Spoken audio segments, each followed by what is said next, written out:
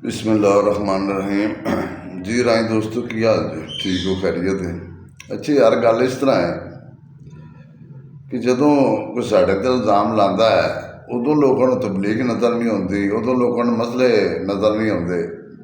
जदों मैं किसी ने जवाब देना फिर कई विचों कमेंट्स करनगे, इन्होंने अल्लाह पूछेगा जी, इंज होवेगा, फलान होवेगा। अगर मेरा भाई इन्होंने लोगों को एडा ही खौफ होवे, देखो ना, पहले नंबर ते किसी का ना गलत लेना भी गुनाह है, किसी का ना गलत नहीं लगता। तो ये तो देखो जोड़े 12-13 करोड़ आबादी को अपने व्यू वास्ते, अपने फेम वास्ते मरासपना करते हैं, जुगता मारते हैं। इन्होंने लोगों को पहला एहसास होना चाहिए, या ये जो लोगों को पहला समझाया करो भी यार ये गल मुनासिब नहीं, ये अच्छी चीज़ नहीं, ठीक है ना। तो जदों मैं किसी के खिलाफ कोई वीडियो बनाना वा जवाब देना, फिर बहुत सारे दोस्त मैनू आखना शुरू कर छड़ते हैं, मियाँ साहब तुम इंज ना करा करो, इन्होंने अल्लाह पूछेगा, इन्होंने इंज हो जाएगा। यार भाई सोने वे कोई गल है कि मैं किसी को पहला हिट नहीं करता, मेरी आदत नहीं। मैं पहला वार्निंग भी देना बंदे को, जोड़ा ना खलोवे फिर मजबूरन कुछ ना कुछ तो फिर करना पैंदा ना, कोई ना कोई आसरा तो करोगे ना।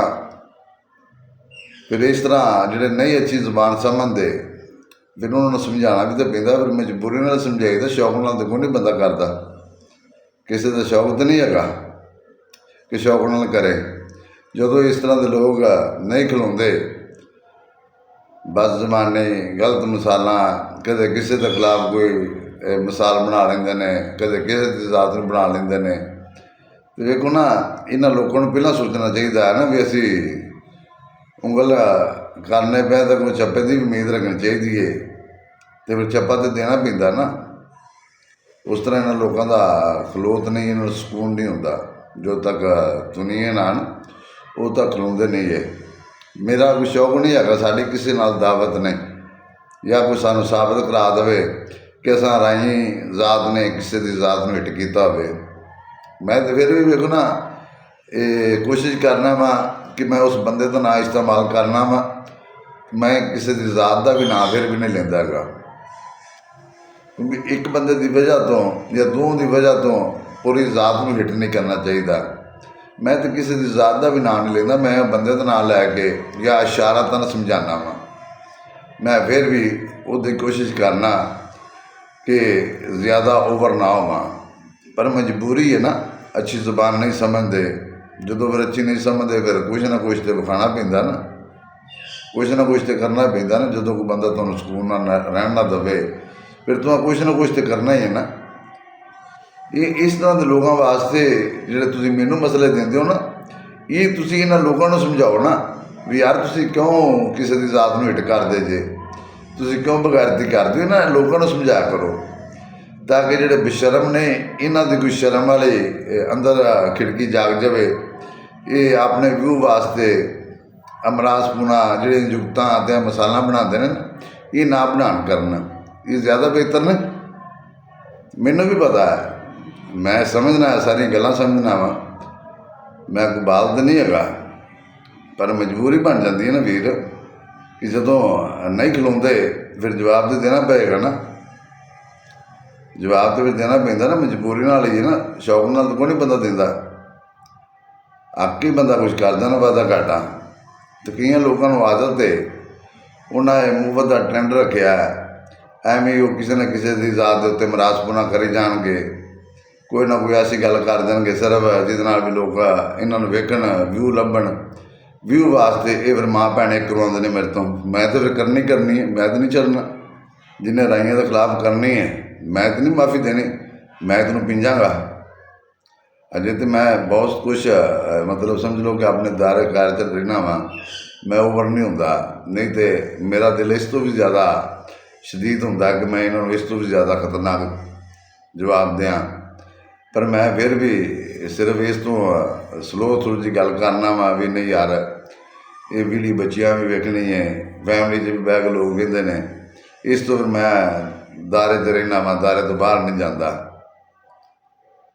ये जिहड़े वीर मैनूं मशवरे देंदे ने ना, ਇਹ ਮਸ਼ਵਰੇ ਯਾਰ ਆ ਜਿਹੜੇ ਬਦ ਨਸਲੇ ਲੋਕ ਨੇ ਨਾ, ਇਹਨਾਂ ਨੂੰ ਮਤ ਸਮਝਾਇਆ ਕਰੋ ਵੀ ਯਾਰ ਨਾ ਕਿਸੇ ਦੀ ਜ਼ਾਤ ਨੂੰ ਹਿੱਟ ਕਰੇ, ਕਿਸੇ ਦੀ ਵੀ ਨਾ ਕਰੋ। ਮੈਂ ਇਹ ਨਹੀਂ ਆਂਦਾ ਮੇਰਾ ਵੀ ਅਸੀਂ ਰਾਈ ਨਹੀਂ, ਮੈਂ ਇਹਦਾ ਮਕਸਦ ਵੀ ਕਿਸੇ ਦੀ ਜ਼ਾਤ ਨੂੰ ਹਿੱਟ ਨਾ ਕਰੋ।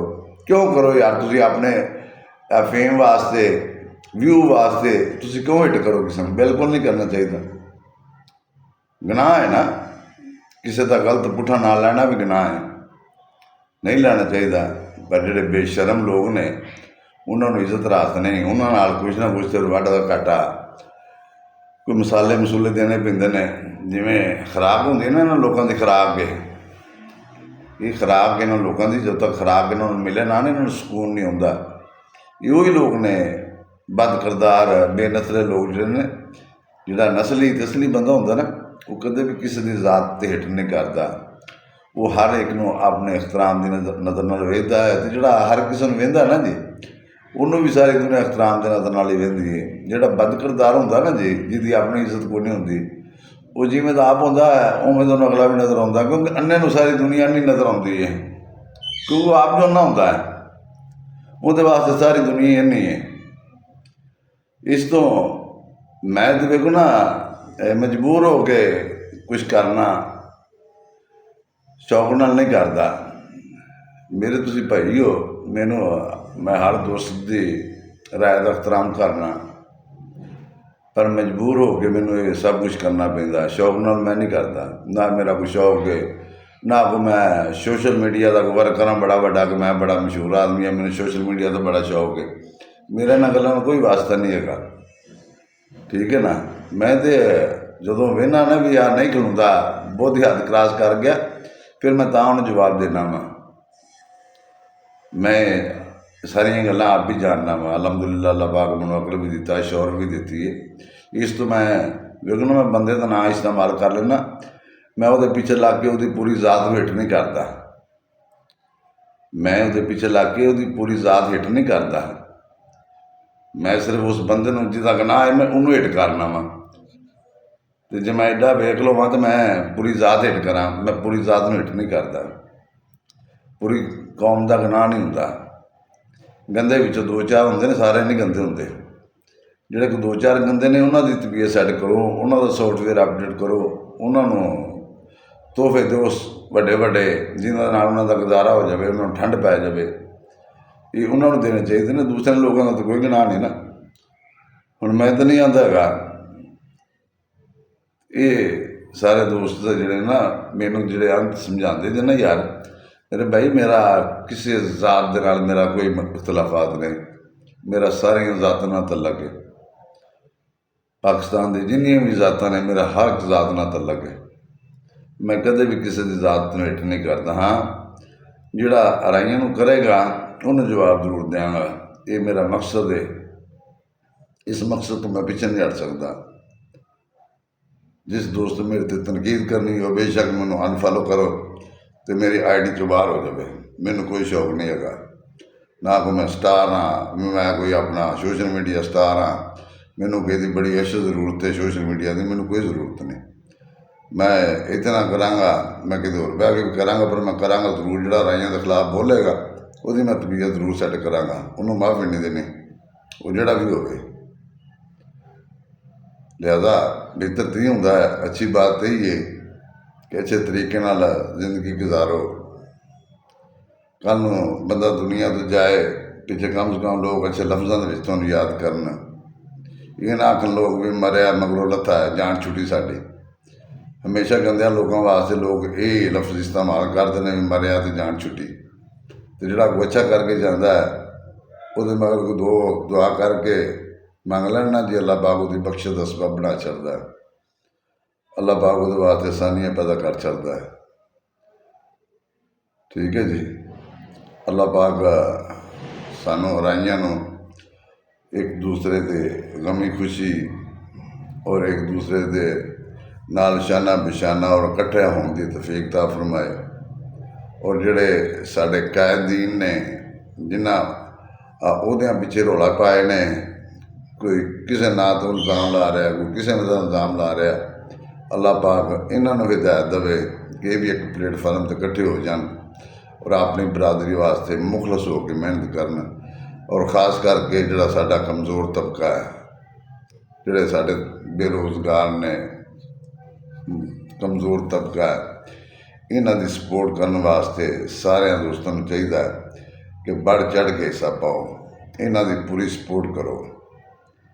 ਇਹ ਹਰ ਉਸ ਕੌਮ ਵਾਸਤੇ ਜ਼ਰੂਰੀ ਜਿਹਨੇ ਤਰੱਕੀ ਕਰਨੀ ਹੈ। ਜਦੋਂ ਤੱਕ ਉਹ ਆਪਣਾ ਕਮਜ਼ੋਰ ਤਬਕੇ ਨੂੰ ਨਾਲ ਲੈ ਕੇ ਨਹੀਂ ਟੁਰਦੇ, ਉਦੋਂ ਤੱਕ ਕੌਮਾਂ ਤਰੱਕੀ ਨਹੀਂ ਕਰਦੀਆਂ। ਤਰੱਕੀ ਕਰਨੀ ਹੈ ਤੇ ਹੇਠਲੇ ਤਬਕੇ ਦੇ ਨਾਲ ਖਲੋਣਾ ਪਏਗਾ, ਉਹਨਾਂ ਦੇ ਨਾਲ ਸ਼ਾਨਾ ਬਿਸ਼ਾਨਾ ਟੁਰਨਾ ਪਏਗਾ, ਉਹਨਾਂ ਦੀ ਨੌਕਰੀਆਂ, ਉਹਨਾਂ ਦੇ ਨਿੱਕੇ ਮੋਟੇ ਕੰਮ ਕਰਨੇ ਪੈਣਗੇ, ਫਿਰ ਮੰਜ਼ਿਲ ਮਿਲਦੀ ਹੈ। ਜ਼ਬਾਨੀ ਕਲਾਮੀ ਜਾਂ ਝੂਠ ਮਾਰ ਕੇ, ਝੂਠੀਆਂ ਤਸੱਲੀਆਂ ਦੇ ਕੇ ਫਿਰ ਕੱਖ ਨਹੀਂ ਬਣਨਾ।